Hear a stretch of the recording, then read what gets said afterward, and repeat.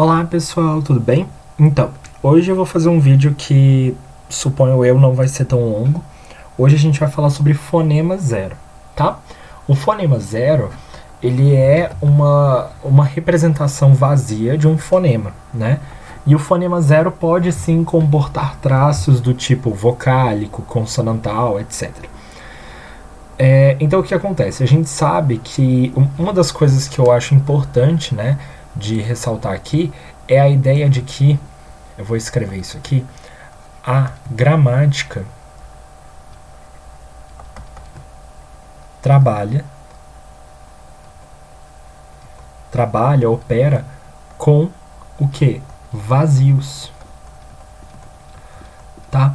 Então vocês têm que imaginar isso. Existem sintagmas nulos, tá? Então existem sintagmas zero, existem lexemas, né? Zero, núcleos de sintagma zerados, existem morfemas zero. Inclusive, eu já fiz vídeo sobre morfema zero aqui no canal, porque, né, eu falo bem mais aqui neste canal sobre morfologia, obviamente. Então, já tem um vídeo aqui sobre morfema zero, eu vou tentar deixar ele linkado aqui, tá? E agora a gente vai aprender que também existem o quê? Fonemas zero, né? Então, as pessoas às vezes tendem a acreditar que o fonema não é uma unidade vazia, ele não pode ficar vazio, porque o fonema, né, é uma unidade que vai estar ligada a um fone, né, depois, ou seja, vai estar ligada diretamente a um som, né, então não tem como o fonema estar vazio, mas tem como sim, e a gente vai entender que a postulação de um fonema zero tem a ver com princípios teóricos mesmo, de organização e tudo mais, tá bom? Então, por exemplo, no vídeo passado eu estava falando com vocês sobre as posições na sílaba, quais são os fonemas que podem ocupar cada posição na sílaba, tá? Então, eu não sei se vocês vão lembrar, a gente tinha aquele esquema silábico lá, né? Ataque, rima, núcleo, coda, tá? Esse esquema silábico aqui. E eu fiz com vocês a análise da palavra perspectiva. Quando eu fui analisar essa palavra, eu analisei só o fato de que essa primeira sílaba aqui, pers, ela tem dois elementos na coda, né? Tem o R e o S, e esses dois fonemas estão na coda, né? Eu falei para vocês que a coda pode ter dois elementos, e o segundo obrigatoriamente vai ser esse arquifonema sibilante aí, o S, tá bom? Só que quando eu fui fazer a divisão dessa palavra aqui, eu fiz a divisão assim, ó, pers, va, né? Eu fiz essa divisão aqui. E aí pode ser que alguns alunos pensem, uai, como assim você dividiu assim? Lá na gramática eu aprendi que o certo é fazer assim, ó, perspectiva, certo? Foi isso aqui que eu aprendi lá na gramática, né? Por que na hora de dividir você dividiu assim, tá? Então olha só, a partir de agora a gente vai ter que começar a entender teoria, né? Teoria.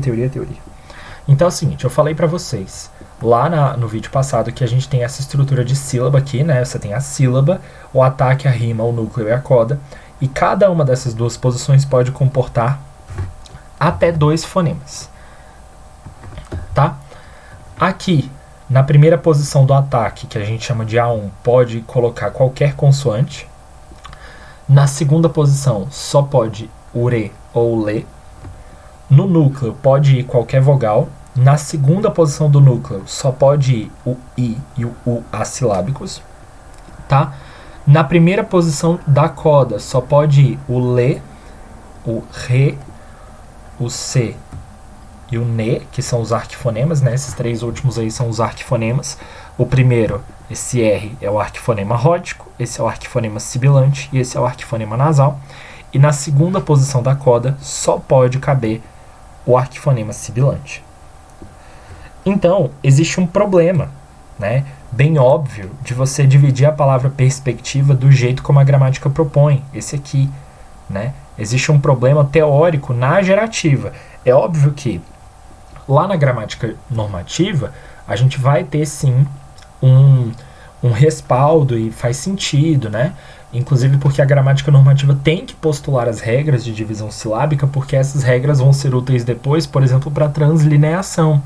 Então, se você está escrevendo lá um texto, né? Tanana, tanana, tanana, aí você chegou no fim, né? Aí você tem que dividir a palavra. Então, eu sei que eu vou fazer perspectiva, né? Por quê? Porque é assim que a gramática normativa ensina. Ok, tudo bem. Agora, na gerativa, isso aqui não tem respaldo.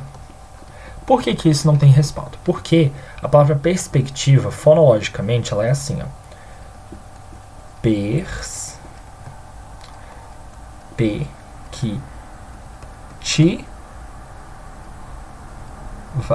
Ela é assim, tá?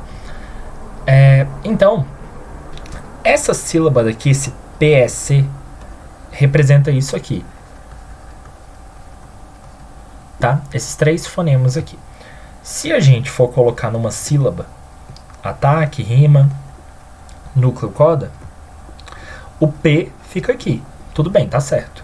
O E fica aqui, tá certo. O K fica aqui. Opa, tem alguma coisa errada. Por quê? Porque o fonema K, naquela listinha que a gente mostrou lá, não pode ficar na posição de coda. Tá? Ele não pode ficar na posição de coda. O fonema K só pode ficar na primeira posição do ataque. Ele só pode ficar aqui.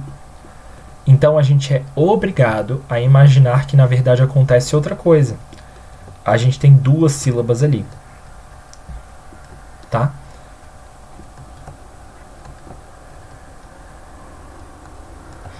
Na primeira sílaba você tem o P e o E. Normal. P. E na segunda você tem o K na posição de ataque, que é a única posição que ele pode ocupar.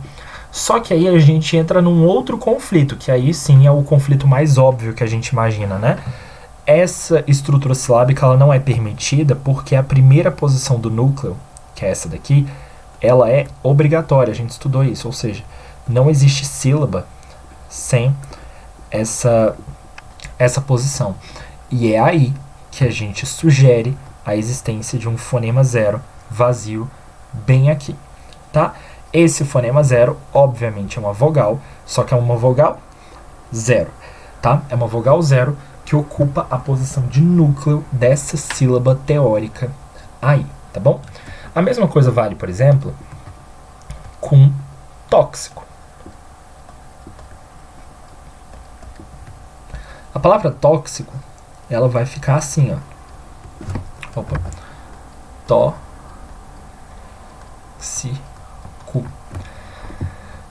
E aí a gente enfrenta esse mesmo problema aqui, ó, com esse KS. Porque o normal é a gente imaginar que a palavra tóxico seja dividida assim, né? Mas essa divisão, de novo, ela não faz sentido, porque, olha só, vamos pegar essa sílaba aqui, né? O xi, tóxico. Então, se a gente colocar esse xi aqui, a gente vai ter o quê? O ataque, a rima e o núcleo. E aqui a gente vai ter o K e o S. E aqui o I. E isso daqui também não é permitido. Por quê? Porque esse fonema aqui não pode ficar nessa posição. A gente viu que na segunda posição do ataque só são permitidos o LE e o RE. Eles estão aqui. Então, o S não é permitido aqui. Se o S não é permitido aqui, então a gente tem que remodelar essa sílaba para ela caber no princípio teórico que a gente postulou. E aí, a gente vai supor, na verdade, a existência de 2 sílabas, tá? Ataque, rima, núcleo. Ataque, rima, núcleo.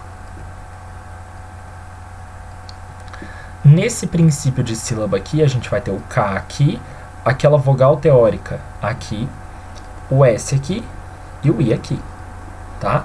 Então, na verdade, a palavra tóxico não tem 3 sílabas, a palavra tóxico tem 4 sílabas, tá? E uma delas é constituída somente pelo K e por esse fonema vogal teórico que a gente supõe na posição de núcleo. Tudo bem? Esse é um exemplo de fonema zero, né? E a gente vai aprender depois. Eu vou gravar um vídeo aqui no canal sobre isso, tá?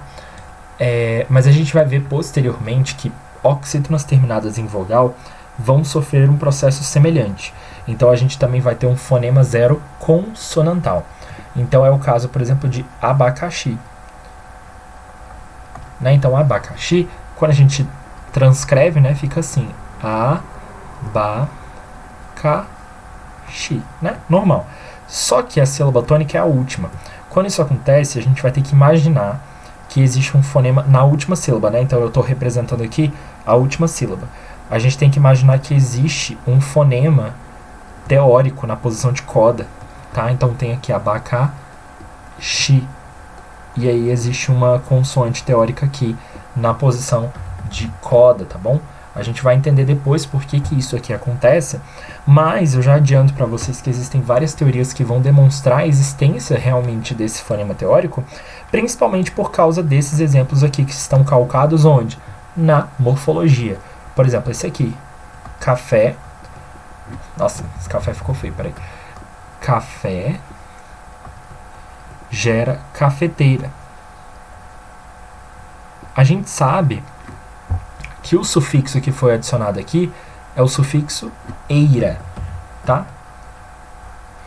Só que se você pegou o café e adicionou eira, de onde veio esse T, né? Então o que vai acontecer? A palavra café é assim, ó. Café. E a palavra cafeteira é assim, ó.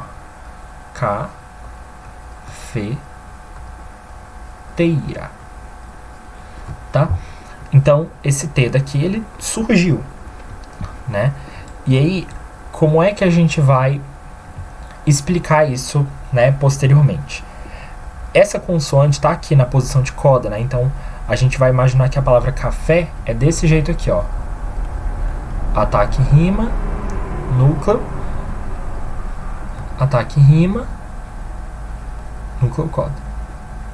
Aí a gente vai ter aqui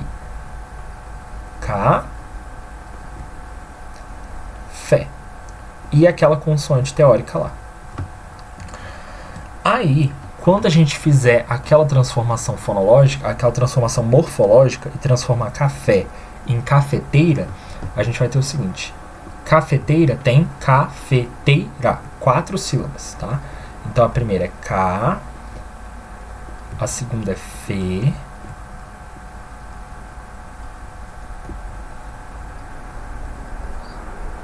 a outra é TEI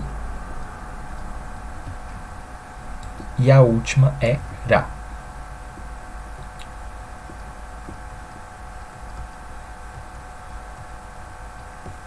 Aí vai ficar assim, ó. K, Fê. E aí existia aquela consoante teórica que estava aqui. Essa consoante teórica passou para a posição de ataque e foi representada. Então ela saiu daqui e ela foi para lá, para essa posição daqui. E ela agora está representada como esse T aí, tá? E aí cafeteira.